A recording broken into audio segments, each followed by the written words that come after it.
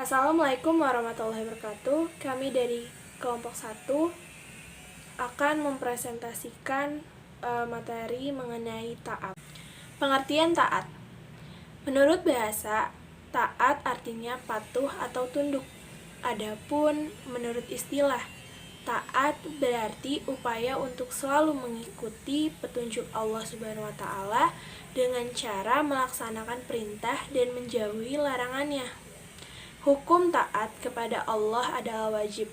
Barang siapa yang ingkar kepada Allah, maka akan mendapatkan dosa. Ketaatan seseorang kepada Allah sangat bergantung kepada keimanannya.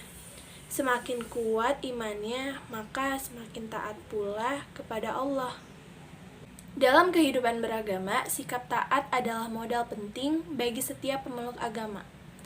Islam mengajarkan rukun Islam yang lima. Ketaatan bagi muslim pemula dibuktikan dengan melakukan ikrar bahwa dirinya meyakini tidak ada Tuhan selain Allah dan Nabi Muhammad SAW adalah utusannya.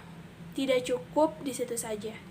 Ketaatan wajib dibuktikan dengan melakukan sholat 5 kali dalam sehari sesuai dengan waktu yang telah ditentukan. Di dalam pelaksanaan sholat diperlukan perilaku disiplin sehingga pelaksanaannya dapat berjalan secara teratur sesuai dengan waktu yang ditetapkan Allah. Kedisiplinan dalam melaksanakan sholat sangat mutlak ditegakkan. Bagi yang memiliki harta lebih diwajibkan untuk membayar zakat. Kedisiplinan dalam membayar zakat berkaitan dengan jumlah harta yang dimiliki atau nisab dan waktu yang telah diatur dalam agama atau haul.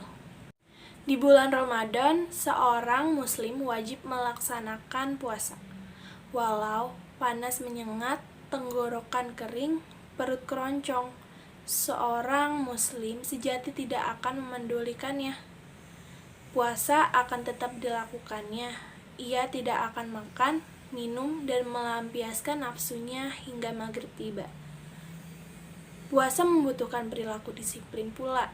Waktu yang ditetapkan dalam berpuasa dari terbit fajar hingga terbenamnya matahari.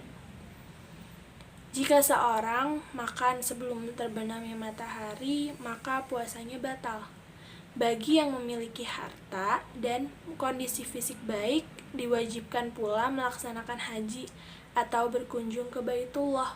Walaupun menempuh perjalanan yang jauh memerlukan bekal yang tidak sedikit, butuh waktu yang cukup lama, dan fisik harus kuat, seorang muslim sejati tetap melaksanakannya dengan suka hati. Membaca surat An-Nisa. Bismillahirrohmanirrohim. Ya ayyuhallazina amanu ati'ullaha wa ati'ur rasula wa ulil amri minkum.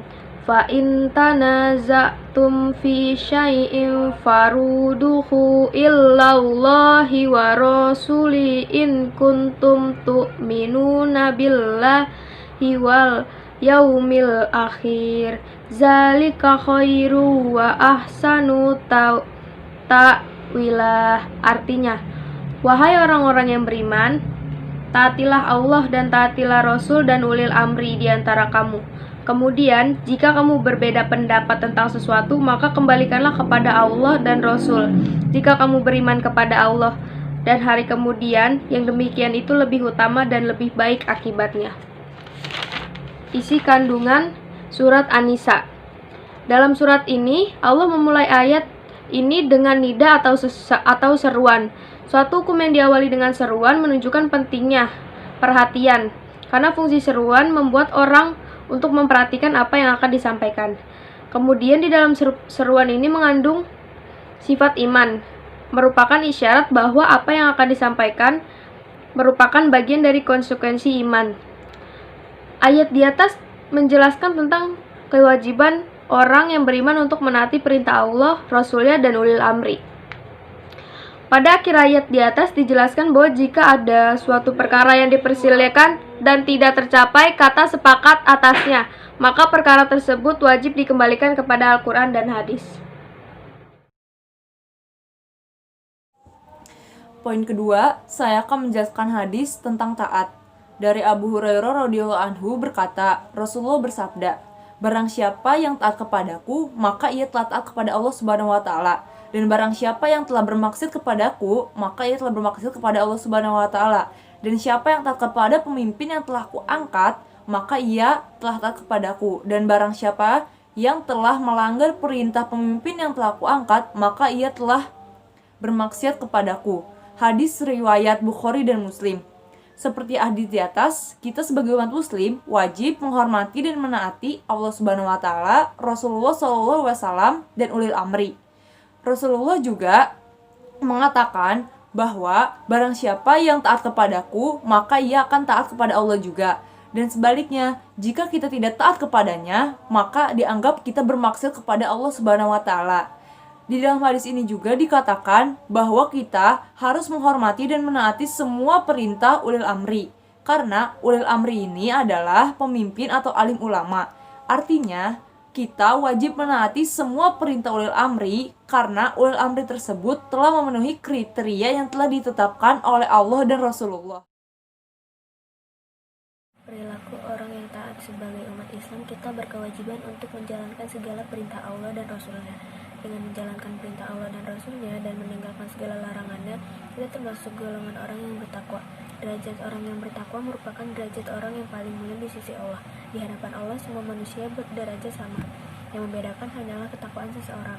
Selain menaati perintah Allah dan Rasulnya, ayat dan hadis tersebut juga memerintahkan umat Islam untuk menaati perintah ulil amri. Ulil amri di sini dapat diartikan sebagai pemimpin atau ulama.